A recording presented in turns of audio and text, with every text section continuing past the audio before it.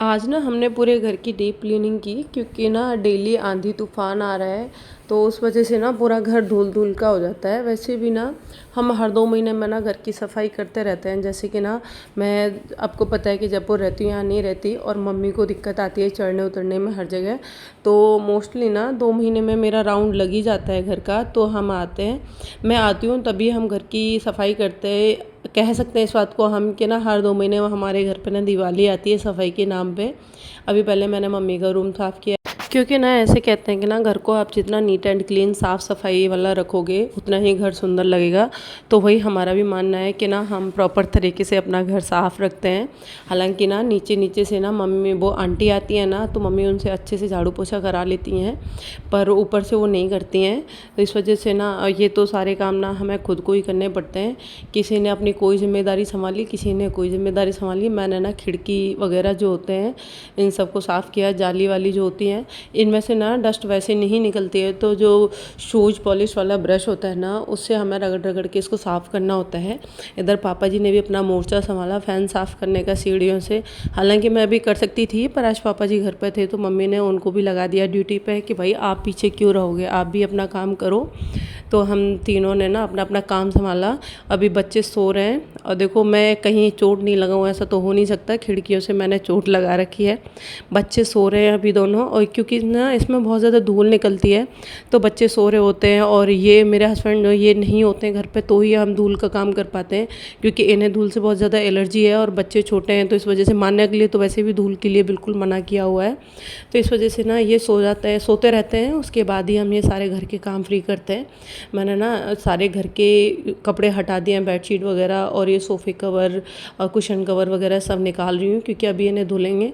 और ना हमें सुबह से लाइट ने इतना परेशान कर रखा है। हम ना 7:45 के समथिंग लगे थे, तो 8 बजे की लाइट गई हुई है जो अभी तक नहीं आई है। अब देखते हैं, कुछ कपड़े तो इनमें से ना हाथ से धुलेंगे, और बाकी जो मशीन वाले हैं उनका देखेंगे। अभी या तो अभी धुल देंगे या फिर शाम को या फिर कल सुबह धुलेंगे, क्योंकि हाथ से तो ना इतना कपड़ा नहीं धुल पाएगा, और फिर छत पर ना इतनी जगह भी नहीं होती, स्पेस भी नहीं रहता कि इतने सारे कपड़े सुखा के आ जाएं हम। तो ना कहते हैं ना कि ना घर को ना हमें अपने को नीट एंड क्लीन रखना चाहिए, वही मेरा भी मानना है। मम्मी मना करती रहती हैं कि नहीं हर बार ज़रूरी नहीं होता, 6 महीने में एक बार भी हम कर सकते हैं। पर मैं सोचती हूँ कि ठीक है, अरे जो ज़रूरी काम होते हैं ना वो तो हमें करने ही चाहिए। और वैसे भी देखो गृहिणी का काम ही यही होता है कि घर को साफ़ सफाई के साथ ना अच्छा दिखाना और ये सारी चीज़ें। तो मैं हमेशा कोशिश करती हूँ कि मेरा जयपुर वाला घर तो अच्छा दिखता ही है, मुझे पता है मैं प्रॉपर साफ़ सफाई रखती हूँ, पर यहाँ पे भी कोशिश करती हूँ कि जितना हो सकता है ना उतना प्रॉपर सफाई के साथ रखूँ। तो यहाँ पे अभी पूरा सामान हटा दिया है मैंने, सारी चीज़ें उसके साथ तरीके से सारी चीज़ें हटा हटा के ना मैं झाड़ू निकाल रही हूँ। बेटी इस बीच में जग गई थी, तो उसको ना टीवी हम दिखा नहीं सकते थे क्योंकि यहाँ पे बहुत ज़्यादा धूल हो रही थी, धूल से उसको एलर्जी है, तो उसको फ़ोन दे के मजबूरी में हमें अंदर बिठाना पड़ा है।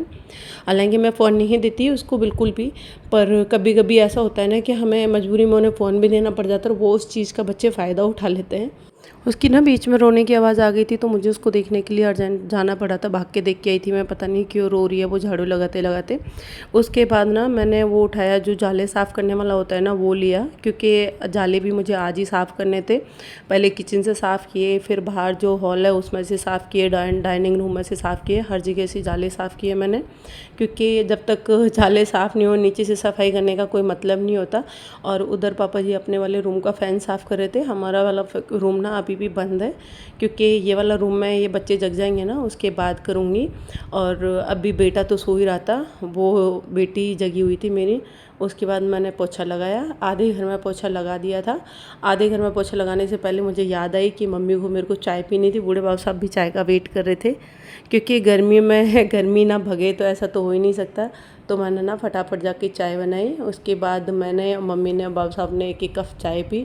चाय की चुस्की लेते हुए फिर वापस से अपने काम पे लग गए। उसके बाद मैंने फिर से पोछा लगाया, जो आधा हिस्सा बच रहा था मेरा घर का, तो पूरे हिस्से में पोछा लगाने के बाद फिर मैं चली गई नहाने। पहले मम्मी नहा के आई थी, उसके बाद मैं भी नहा के आ गई थी। सच बहुत सारे कपड़े हो रहे थे, एक एक करके सारे कपड़े सुखाने के लिए डाल के आई थी छत पे, क्योंकि ना लाइट अभी भी नहीं आई है। अभी कितना शायद 9:45 साढ़े 10 का टाइम हो रहा था, लाइट अभी भी नहीं आई थी। तो इस वजह से ना कपड़े टाइम से धुल दिए थे, जो हाथ से धुलने वाले थे, फिर उन्हें मैं सुखा के भी आ गई। बच्चों को भी भूख लग रही थी, बस सबको भी बाहर जाना था, इस वजह से सबसे पहले उन लोगों के लिए खाना बनाया।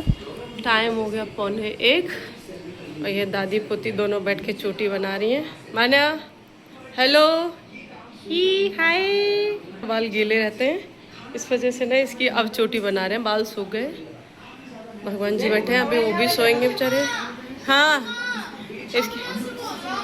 इसकी बदतमीजी चालू रहती है, टीवी में उठ पटांग कुछ ना कुछ चलता ही रहता है इसका। अभी सोफे के कवर सुबह धुल के डाल दिए थे तो अभी सूखे नहीं, वो लगाए नहीं है। ये है मम्मी पापा जी का रूम जो ऑलरेडी सेट हो चुका है। इधर पापा जी मार्केट गए हुए हैं तो उनके कपड़े रखे हैं सोफे पे। ये भलमस्ती के मूड में चोटी बनवा के आ गई है। हे हे की की की की की की की की की की की की की की। ये हमारा रूम, इसकी भी बेडशीट चेंज कर दी है, ये कुछ ऐसा लग रहा है। ये हमारी शादी के फोटो, ये छोटे छोटे फैमिली फोटो। आज है मेरा गुरुवार का व्रत, तो मैं अपने लिए बनाने जा रही हूँ चाय, उसके साथ देखती हूँ क्या बनाऊंगी।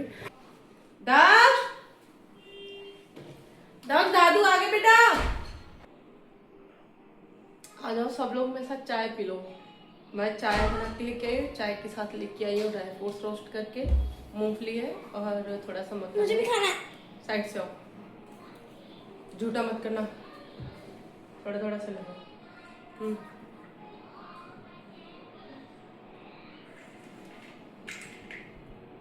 हमेशा ऐसे ही होता है, मैं कभी भी अपने लिए कुछ भी बनाऊँ ये सबसे पहले आ जाता है।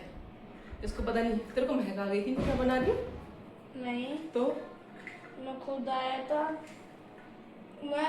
मैंने सुना था कि आप बना रहे हो कुछ, माना को बोल रहे थे। अच्छा, मान्या को बोल रही थी।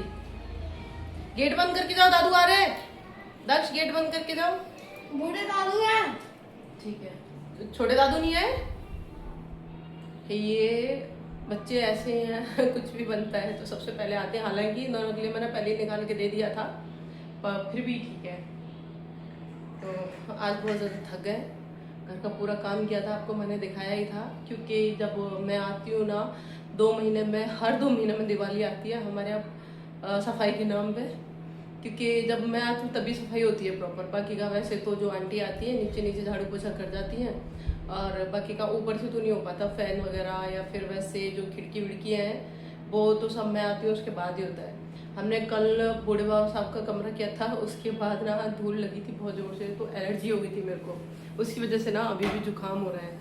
पर पापा जी ने मना किया था कि आज मत करो, पर फिर भी मैंने बोला कि चलो ठीक है, फिर ना चले जाएंगे, उसके बाद कौन करवाएगा, फिर बाद में दिक्कत आती है। मम्मी जो सीढ़ी वीढ़ी पे चढ़ नहीं पाती है, फिर वैसे भी बहुत सारी चीज़ें कि जो दिक्कत आती है, तो इस वजह से। यस, हेलो बोलो, हाय, इधर देखो, हाय। गंदा बच्चा। आज के लिए इतना ही, मिलते किसी नेक्स्ट ब्लॉग में, बाय बाय।